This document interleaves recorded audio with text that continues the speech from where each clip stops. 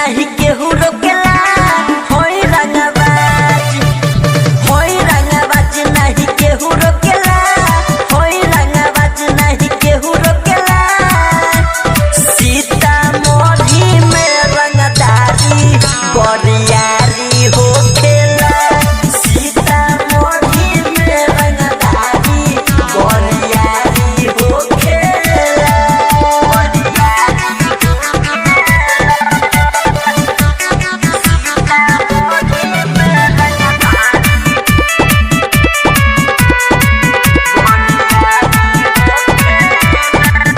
हमारे जिला के बोला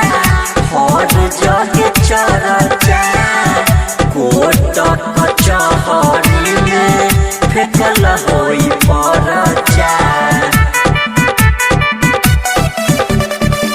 लिहे कबो न हमनी से पंगा रे न कमारब के तोरा नंगा रे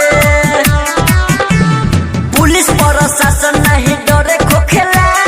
पुलिस प्रशासन नहीं डरे खोखेला सीतामढ़ी में रंगदारी बरियारी होखेला सीतामढ़ी में रंगदारी बरियारी होखेला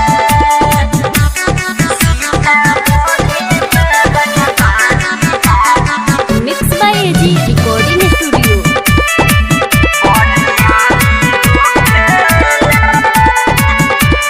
के परदेश के बापुरा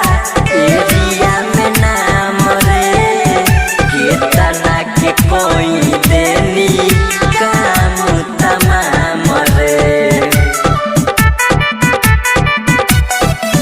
हरियाली है सुन